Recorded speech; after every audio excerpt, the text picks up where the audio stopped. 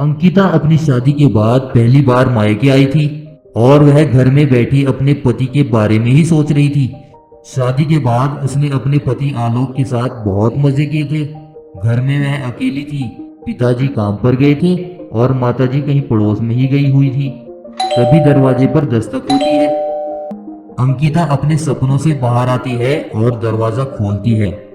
सामने उसके पापा के दोस्त श्यामलाल और वेद प्रकाश खड़े थे।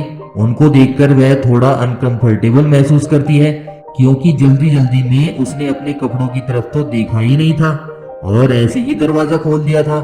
उसने बहुत कम कपड़े पहने थे और वह बस एक टॉप और हाफ निक्कर में ही थी। श्यामलाल और वेद प्रकाश उसे इस रूप में देखकर घूरे जा रहे थे। क्योंकि वह दोनों अंकिता के पापा के दोस्त थे, तो उसने उन्हें अंदर बुला लिया और कपड़े बदलने के लिए दूसरे कमरे में भाग गई। श्यामलाल और वेद प्रकाश अय्यास किस्म के थे और उन्होंने अंकिता के पिताजी से दोस्ती ही इस वजह से की थी कि वह उसकी जवान बेटी की जवानी को अच्छे से देख सके। और शादी से पहले भी उनकी नजर हमेशा अंकिता की उफनती जवानी पर ही लगी रहती थी। और अब जैसे ही उनको पता चला कि अंकिता आई है तो वह घर पर आ धमके थे।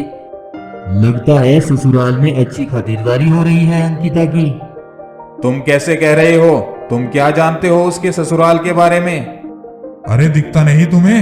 1 महीने में ही पूरा बदन भर गया है, गदरा गई है पूरी। कुछ ही देर में अंकिता उनके लिए चाय नाश्ता लेकर आ जाती है। लगता है ससुराल में बहुत खातिरदारी हो रही है। हमारी बिटिया की सेहत काफी अच्छी लग रही है।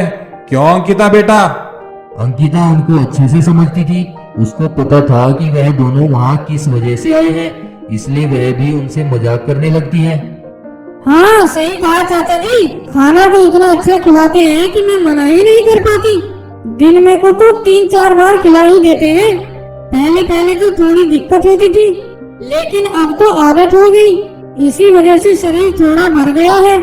क्यों, मैं अच्छी नहीं लग रही क्या चाचा जी?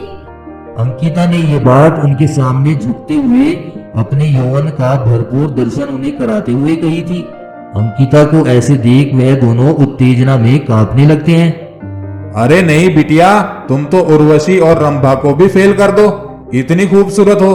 अंकिता हंसती हुई वहां से किचन में चली जाती है। अंकिता की बातों से और उसके भरे हुए कामुक शरीर को देखकर श्यामलाल और वेद प्रकाश के ऊपर शैतान सवार हो चुका था और वह मन ही मन अंकिता के साथ हैवानियत करने की सोचने लगे। और फिर वह दोनों वहां से उठकर किचन की तरफ चल दिए और किचन में जाते ही उन्होंने अंकिता को पकड़ लिया। अंकिता उनसे खुद को छुड़ाने का प्रयास करने लगी। अरे चाचा जी क्या कर रही हो? छोड़ो मुझे, मैं आपकी बेटी जैसी हूँ। बेटी जैसी ही तो हो, पर बेटी तो नहीं हो जाने मन।